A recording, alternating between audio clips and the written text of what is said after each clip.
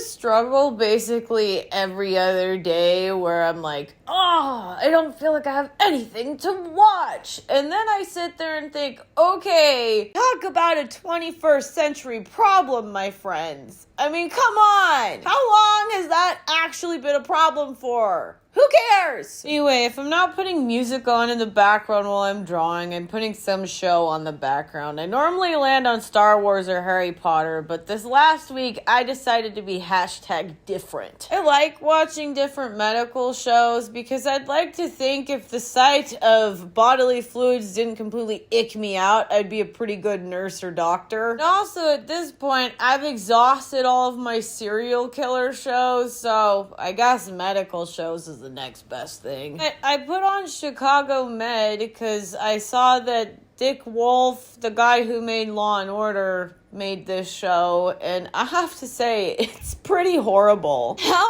many times can a car drive through the emergency department or some random crowd of people before it's considered too much in one season? Or how many times can one couple break up, get together with someone else, and then get back together when they realize they don't actually want to be with that person, even though they've said repeatedly, nah, there's nothing between us anymore. It's over. I mean, the show is just completely devolving to shocking plot points that don't make any sense with the characters. You know what? Here's the consistent thing about all these characters. They have to constantly disagree with each other. Or when I was sitting there watching it, the girl who plays April was completely bothering me because I went, holy crap, she is stunning. I know I've seen her somewhere before. Where have I seen her before? America's Next Top Model, Cycle 3. Anytime I get close to disliking or really liking a character, I remember that there is absolutely nothing consistent in any of these actors' behavior. And though some of them are very attractive, I will say,